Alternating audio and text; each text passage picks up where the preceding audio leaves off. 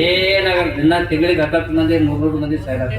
ಅದಕ್ಕಾಗಿ ಸನ್ಮಾನ್ಯ ನಮ್ಮ ದೇಶದ ಪ್ರಧಾನಮಂತ್ರಿ ಆಗಿರುವಂತಹ ನರೇಂದ್ರ ಮೋದಿ ಅವರಿಗೆ ನಾವೊಂದು ಇವತ್ತು ಆಜ್ಞೆಯನ್ನು ಮಾಡ್ತಾ ಇದ್ದೀನಿ. ಆಜ್ಞೆ ಎಲ್ಲ ಕಳಕಳಿಯ ಮನವಿಯನ್ನು ಮಾಡ್ತಾ ಇದ್ದೀರಿ. ಇಡೀ ಭಾರತ ದೇಶ, ನೀವೆಲ್ಲ ವಿಶ್ವಗುರು ಅಂತ ಹೇಳ್ತಾ ಇದ್ದೀರಿ.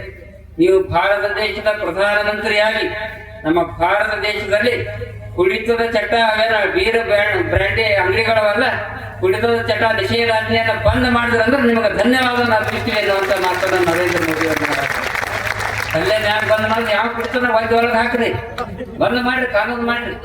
ಒಬ್ರು ಹೇಳಿದ್ರು ಕಲ್ಯಾಣದಾಗ ಒಬ್ಬ ಸಿಗರೇಟ್ ಮಾಡ್ತಾವ ನಮ್ಮ ಶಿಷ್ಯ, ಎಸ್ ಮಾಡ್ತಪ್ಪ ಒಳಗೆ ಹೋದ ನಮ್ ಪಾರ್ಕ್ ಮೇಲೆ ಕರ್ಕೊಂಡೋದು, ಏನು ಗಮ್ ಗಮ್ ಗಮ್ ಏನೋ ವಾಸ ಮಾಡೋದು, ಏನೋ ಮಾಡಿ ಎಲ್ಲ ಸಿಗರೇಟ್ ಡಬ್ಬಿ ಎಷ್ಟು ರೂಪಾಯಿ ಅದಾವ ಇವ್ರಿ 51 लाख ರೂಪಾಯಿ ಅದಾವ ನಾವು